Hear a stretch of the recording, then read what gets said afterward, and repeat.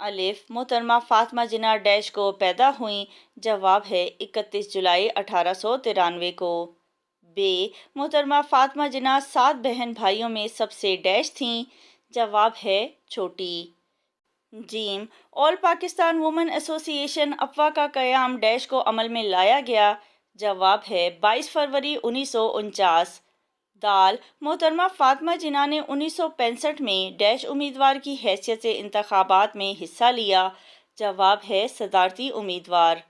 ہے قومی خدمات کے صلے میں محترمہ فاطمہ جناح کو ڈیش کا لقب دیا گیا؟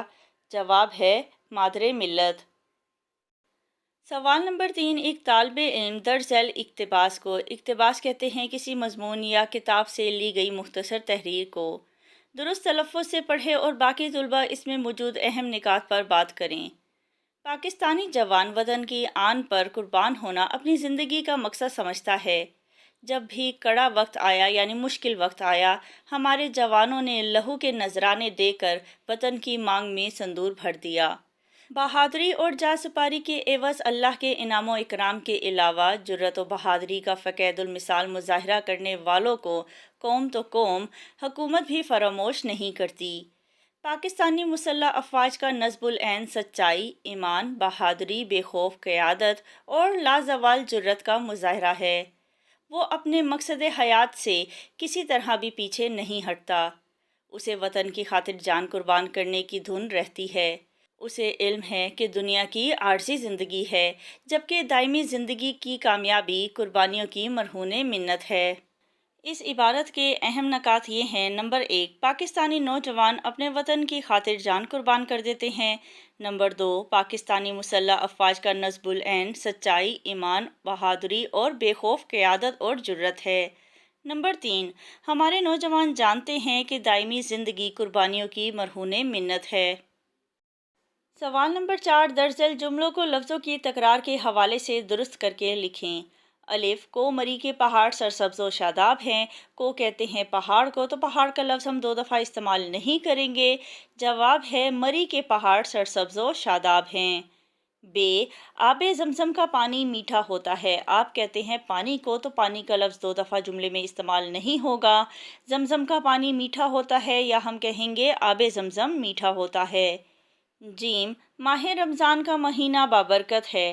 ماہ کہتے ہیں مہینے کو، تو مہینے کا لفظ 2 دفعہ استعمال نہیں ہوگا۔ ماہ رمضان بابرکت ہے یا رمضان کا مہینہ بابرکت ہے۔ دال آپ کی خیریت نیک مطلوب چاہتا ہوں۔ درست جواب ہے اس کا آپ کی خیریت نیک چاہتا ہوں۔ سوال نمبر 5، 2 دوستوں کے درمیان یوم پاکستان کے حوالے سے مکالمہ تحریر کریں۔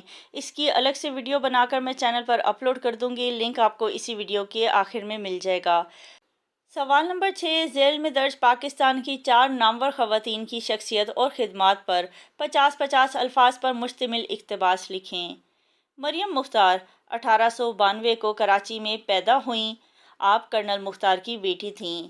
مریم مختار پہلی شہید فائٹر پائلٹ تھیں۔ 22 سالہ مریم نے ایئر فورس میں بطور پائلٹ جوائن کیا۔ مریم مختار نے میاں والی کے قریب جہاز کریش ہوا تو جام شہادت نوش کیا۔